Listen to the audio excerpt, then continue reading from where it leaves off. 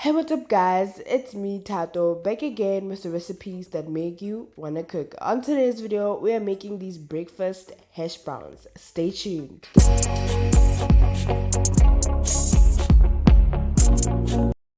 Let's get started, guys, and as usual I will leave all the ingredients in the description box down below.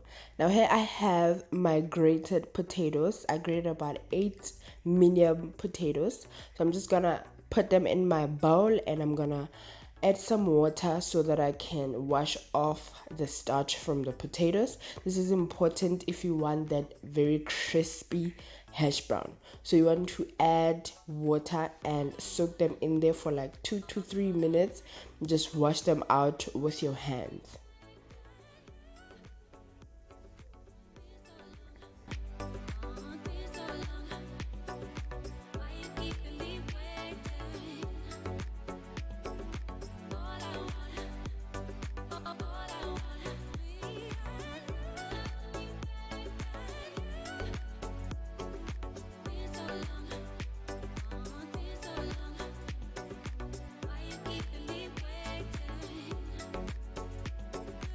Now to discard of the water and dry out the potatoes, you're gonna need another bigger bowl and a colander, and over that I'm gonna place my clean kitchen towel that is gonna act as our strainer, right? So if you have a cheesecloth, whatever that you can use that's clean, you're good to go. So I'm gonna place some of the potatoes on the kitchen towel, and then I'm gonna close it up and rinse the potato dry. You want to make sure that it's dry so that when it hits that oil or pan, it's gonna remain crispy and there's no moisture.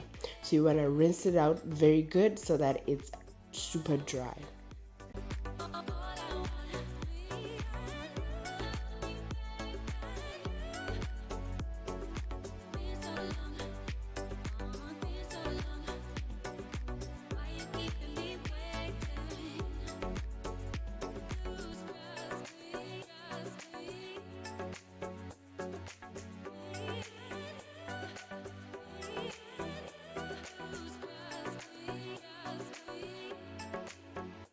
Once you've rinsed it out good, it's now dry. We're gonna transfer it into a pan.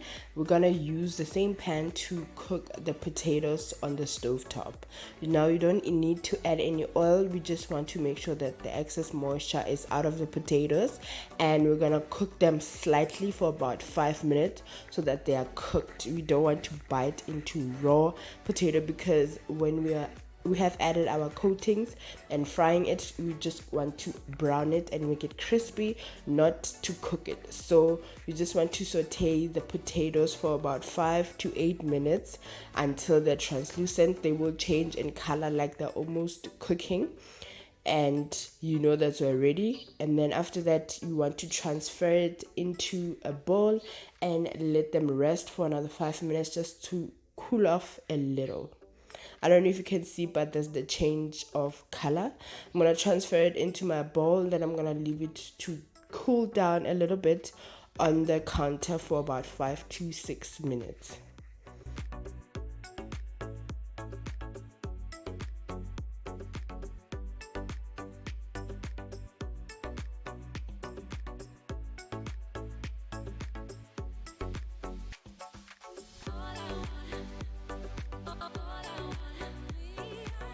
After cooling, we're gonna proceed with adding our seasonings. Guys, you know by now I love onion, so of course I'm going to add it, but it's absolutely optional. You don't have to add onion. Then I'm gonna add my spice, which is the shisanyama spicy chisanyama spice. I love this spice, guys. It's nice. And then I'm gonna go in with some black pepper. That's my little helper's little hands. So you can decide absolutely what you want into your hash brown. You can add onion powder, garlic powder, any other seasonings, paprika. Here I'm adding paprika. You can add cayenne pepper, some herbs like parsley. You want to go for the softer herbs. Yeah, so you can just season it how you like and how you please. This is parsley, dried parsley. If you have fresh parsley, then I absolutely suggest that you go for the fresh. and I'm gonna go in with some salt. Otherwise, if you don't want too much things going on into your hash brown, you can just hit it with some salt and black pepper. Then I'm gonna add my cheddar cheese. Guys, if you're in South Africa, I don't know, but this brand of Crystal Valley, the cheddar cheese, why is it like this though? Like, I've compared it to other cheddar brands of cheddar cheese, and when you grate it, they're able to stand alone and be independent, like cute strips. But this one, it kind of curdles up and becomes lumpy. It's not really good for melting as well. I don't know, but it's a different breed. So you just want to mix that up together. Just go ahead and taste if you need to add a little bit more salt, some pepper, which I felt like I needed a little bit more, so I went on and ahead and add a little bit more of salt and black pepper.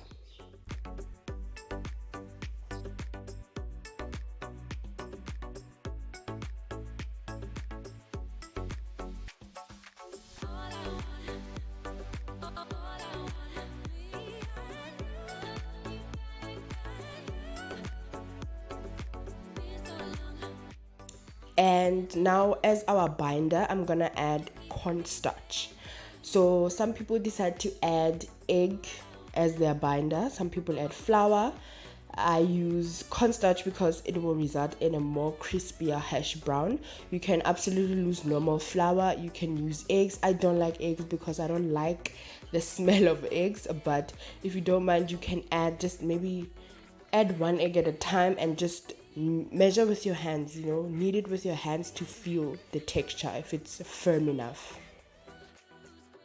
Now, to shape our hash browns, I'm gonna sprinkle some corn flour on my working surface. Then I'm gonna pour out the hash brown mix, and we basically want to shape it and pat it down just like you do with scone dough. So you're gonna flatten it out to your desired thickness, and we're going to cut it out. You can also decide to make it any other shape you like. If you have cookie cutters, you can make it into circles, squares.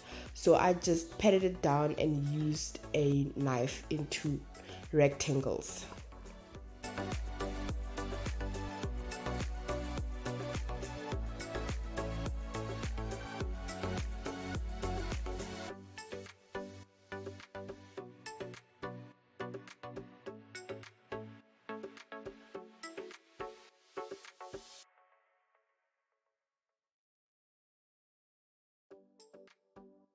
Just want to take your hash brown and kind of make the sides neat, and yeah, it's ready to fry. To check if your oil is ready, just place a wooden spoon in the oil, and if it starts bubbling around it, then your oil is ready. We're gonna place our hash browns to fry on each side until golden brown.